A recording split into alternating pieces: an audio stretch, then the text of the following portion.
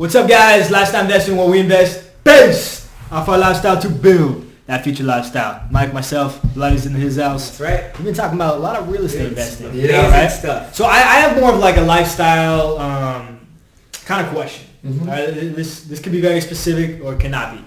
If you were to lose all your money tomorrow, you're completely broke. Yep. Completely broke. You lose all your investments. You have no cash money. What would you do? Give me 2 years, I'll get it back. That's what I always say. Yeah. I think I'll just go back to do how I started. I think like I've had deals where one deal particular where I lost a good amount of money. Going through right now, 6-figure amount. If you get pissed off, but at the same time, you just got to shrug it off. You got to understand, you're not always going to make money. You're going to lose money when you invest. It's not guaranteed. No matter how good you are, no matter how great the deal seems, there's always that chance that it goes south for one way or the other. There's many different reasons why it can go south. And I just don't think you should be so emotionally attached to the idea, of the money thing. I mean, going into a deal, you have to be willing to say, I might lose this. It's good. You have to understand that because it's investing. If you go into a deal saying, I need this, I have to, that's a scary way to go into a deal. Mm-hmm. Very scary way to go into a deal. A lot of emotions, baby. Emotions and the way you're going to make worse decisions. And you're going to know, and your emotional attachment to that idea will put you in a position where you might make bad decisions. Right, yeah. You need to be, the stress, just getting anxious, maybe calling the person back 3 times you shouldn't call. Trying to beg him to take the deal. Yeah. And now you're seeing desperate. So a lot of things go into it when you got to understand, like, this is how, going into the deal, this is how I'm going to play the deal. Step A, B, C, and you follow the steps no matter how bad it's looking. Or how bad it feels on the inside, yeah. Yeah, it sucks. Sometimes you look at this phone like, it's almost like, when you break up with that girl in high school and you're like, I need to call. You should start dialing their ass anyways. That's what happens in this thing too. It happens because you get very anxious and you're like, I can't lose this money. I've been looking. You need to understand some investing. Yeah. You might lose the money. And what hits me in that is that that's what separates the people who invest from the people who don't. Is the people who can step across that barrier of fear. It's scary. And I'm still on there. A lot of my life I play it safe. I did take a big step, but I took a step of just kind of joining the club of buying a home. Like I just closed on a house, a week or 2 weeks ago. Yeah, thanks, man. And so that to me was scary. But now I'm just like, well, dude, no matter what, I gotta have a place to live, and I'm going to. So it's just that paradigm shift of I've taken one big step for me, and just looking at the rest of the steps and being like, okay. And sometimes losing something like I lost a deal. I know it sucks right now, right? Whatever happens, but at the same time, sometimes it's a good thing.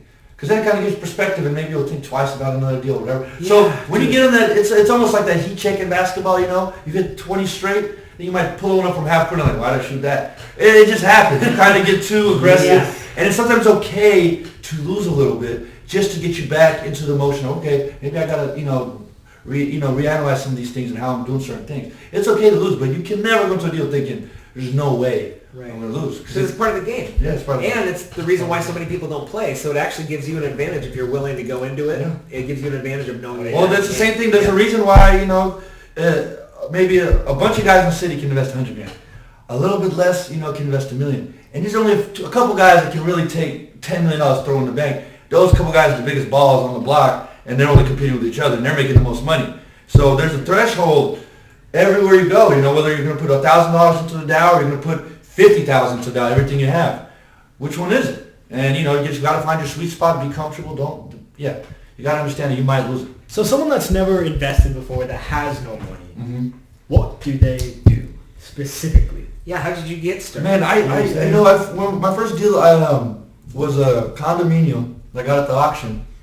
But what did you do? Like, how did you get that 50? It was $8,000. It was $6,000 hard money. There's a lot of ways. There's a lot of ways to take expensive money. You're gonna have to willing to maybe shoot. You might go bankrupt after the deal goes wrong. Yeah. But that there is ways. You can go ICAV money. To put them in second position, 35% interest with nothing, and then you go get a hard money loan on top. I mean, that's suicidal stuff.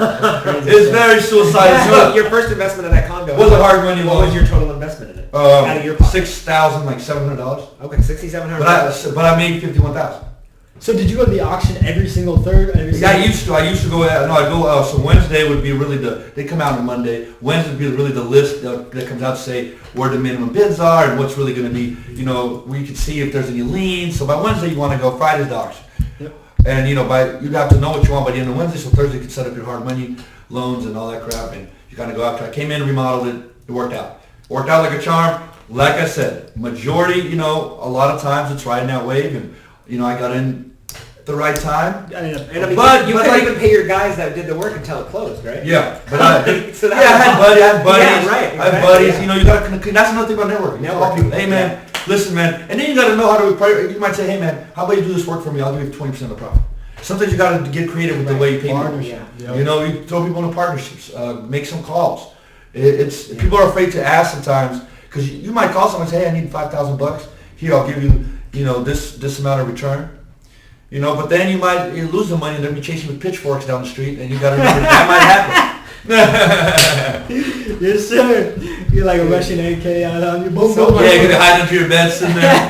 So much good. Have a backup plan, man. Yeah, so much good information. Yeah. Dude, this has been a night of just knowledge. So amazing, you know what I'm saying? Dude, I'm excited what people are going to say about this. Yeah. Vladi, we got one more show after this. Yep. Thanks for coming out, brother. Yeah, thanks. All right, man. Peace.